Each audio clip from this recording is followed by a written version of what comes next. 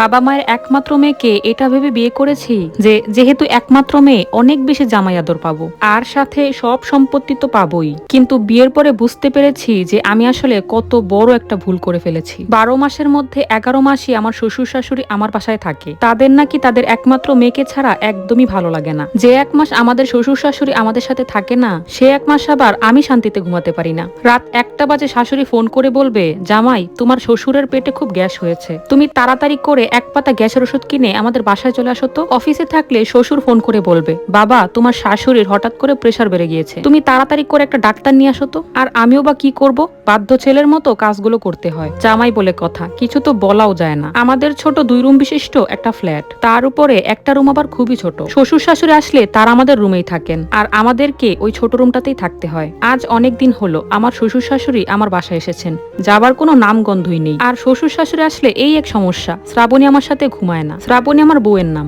ও ওর বাবা মায়ের সাথেই ঘুমায়। এমনকি আমাকে তেমন একটা সময়ও দেয় না, সারাক্ষণ শুধু বাবা মাকে নিয়েই পড়ে থাকে। বাবা মা কি খাবে না খাবে এই নিয়েই তার যত চিন্তা। যেখানে আমার অফিসের কলিগরা সপ্তাহে 1 দিন বাজার করে, সেখানে আমাকে অফিস শেষে প্রতিদিন বাজার করতে হয়। যাই হোক, কি আর করা। অফিস থেকে এসে দেখি শ্বশুর বাসায় বসে বসে টিভি দেখছেন। শ্বশুরের কাছে গিয়ে আমি তার পাশে বসলাম, তারপর বললাম, বাবা আমার এক অফিস কলিগের শ্বশুর শাশুড়ি 2 দিনের জন্য তার মেয়ে জামাইয়ের বাড়িতে বেড়াতে গিয়েছিলেন। 2 দিন পরে বাসায় ফিরে এসে দেখেন চোর তাদের সবকিছুই চুরি করে নিয়ে গেছেন, এমনকি ফ্রিজটা পর্যন্ত চুরি করে নিয়ে গেছে।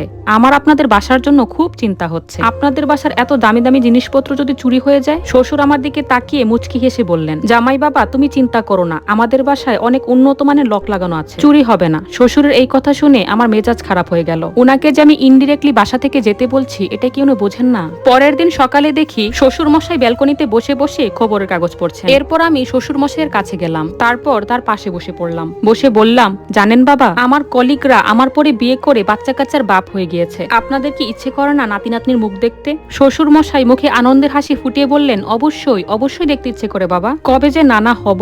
আমি তখন মুখটা গোমরা করে বিড়বিড় করে বলতে লাগলাম, সারা বছর যদি মেয়ে জামাইয়ের বাড়িতে এভাবে পড়ে থাকেন আর এত বড় মেয়েকে এখনো সাথে নিয়ে ঘুমান, তাহলে কি নাতি নাতনি আসবে? কিভাবে আসবে? নাতি নাতনিকে আকাশ থেকে পড়বে? শ্বশুর মশাই বেশ অবাক হয়ে আমাকে বললেন, জামাই বাবাজি এসব বিড়বিড় করে কি বলছো?